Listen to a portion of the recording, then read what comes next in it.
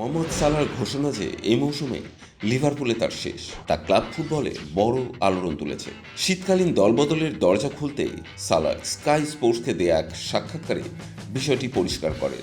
Anfield ছাড়ার আগে এবারের প্রিমিয়ার লিগ শিরোপা জেতার ইচ্ছা প্রকাশ করেছেন তিনি। সালাহ বলেন, যেটা সবচেয়ে বেশি চাই তা হলো প্রিমিয়ার লিগ জিততে। পূর্বের কিছু সাক্ষাৎকারে চ্যাম্পিয়ন্স লিগ জেতার কথা বলেছি, কিন্তু এবার লিগটা জিততে চাই।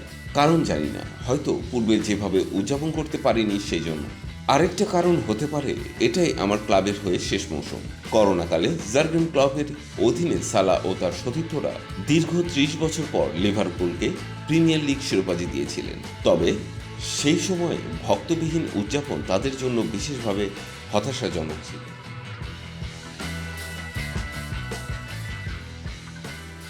এবার সেই অপূর্ণতা পূরণের ইচ্ছা নিয়ে মাঠে নামতে চান সালাহ। সালাহর সঙ্গে লিভারপুলের চুক্তি শেষ হবে আগামী জুনে। এরপর তিনি ফ্রি এজেন্ট হয়ে যাবেন।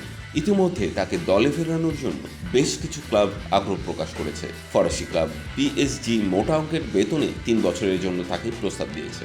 অন্যদিকে সালার স্প্যানিশ শেখার খবর রিয়াল মাদ্রিদ ও বার্সেলোনার সম্ভাবনাও উজ্জ্বল করেছে।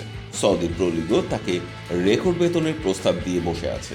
সালাহ জানুয়ারিতে নতুন কোনো ক্লাবের সঙ্গে চুক্তি করতে পারেন, তবে তার পরবর্তী গন্তব্য সম্পর্কে নিশ্চিত হতে জুন পর্যন্ত অপেক্ষা করতে হবে।